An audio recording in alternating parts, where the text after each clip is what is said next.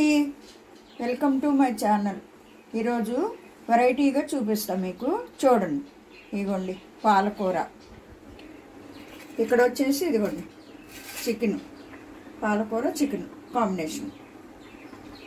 ఓకేనా? అలాగే కావాల్సినవి ఉల్లిపాయలండి, పచ్చిమిరపకాయలు, అల్లం వెల్లుల్లి ఫ్రెష్గా ఉండాలి. ఓకేనా? మెయిన్ మనకు కావాల్సినవి ఇవే. ఇదిగోండి, ఇప్పుడు దీంట్లో ఉప్పు, కారం, పసుపు అంతా కలిపి పక్కన పెట్టాను నేను. ఇప్పుడు కూర చేయటం స్టార్ట్ చేద్దాం. ఓకేనా? చెప్పు కదా. ఇప్పుడు ఆయిల్ పోద్దాం. వేసిన తర్వాత మనం ఇప్పుడు ఆయిల్ హీట్ ఎక్కినాక ఇదిగోండి చెక్క, లవంగాయ, 2 లవంగాయలు, 2 చెక్క ముక్కలు చిన్న చిన్నవి, ఊరికే స్మెల్ కోసం. చూసారా, ఎడంగా ఉండాలి. అవి వేగినవి. ఇప్పుడు మనం ఉల్లిపాయలు వేసాం.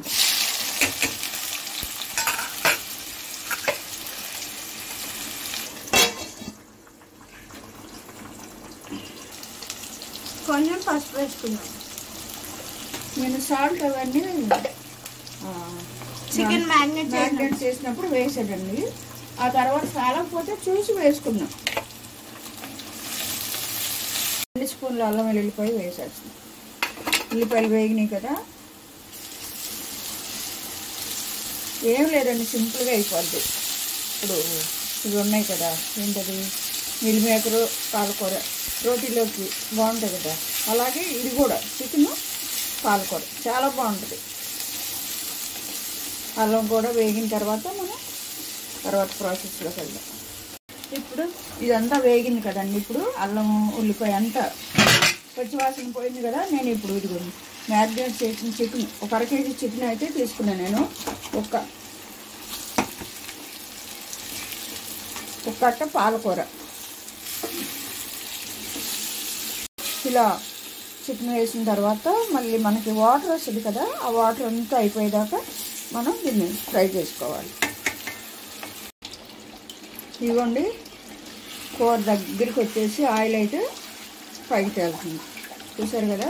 ఈ టైంలో మనం ఇవ్వండి పచ్చిమిరపకాయ చీల్చానండి. చీల్చి ఇలా వేసుకున్న తర్వాత మనం ఇప్పుడు పాలకూర కూడా కొట్టేద్దాం. 1 కట్ట పాలకూర. ఎక్కువ అవుతుంది అనుకుంటే తీసేసుకోవడం, లేదంటే మనం చూసుకొని కారం అదంతా ముందే మనం కూరలో వేసాం కదా సరిపడా.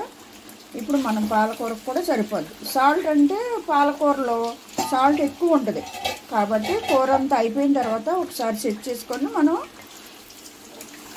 వేసుకోవాలి. లేకపోతే పాలకూర సాల్ట్ ఉంటుంది కాబట్టి దాన్ని గమనించుకోవాలి మనం. ఇదిగోండి, పాలకూర పెట్టినాక మళ్ళా వాటర్ వస్తుంది. అదంతా మనం కవర్ చేసుకుంటూ ఇలా. పాలకూర అనుకుంటున్నారా? బాగుంటుందండి చికెన్ పాలకూర, చాలా బాగుంటుంది. రోటీ సూపర్గా ఉంటుంది అన్నమాట. అడుగున అంటుకోకుండా చూసుకొని ఈ మళ్ళీ వాటర్ కూడా దగ్గరికి వచ్చేటట్టు చేసుకోవాలి. అంతేనండి, అయిపోయింది పాలకూర చికెన్. ఇక దీంట్లో కొత్తిమీర వేసి ఆపేద్దాం. కొద్దిగా మగ్గాలి. ఈ వాటర్ ఉంది కదా, ఇదంతా పోయే వరకు కొద్దిగా సిమ్లో పెట్టుకుని మగ్గనిద్దాం. ఇదిగోండి, పాలకూర చికెన్ రెడీ అయిపోయిందండి.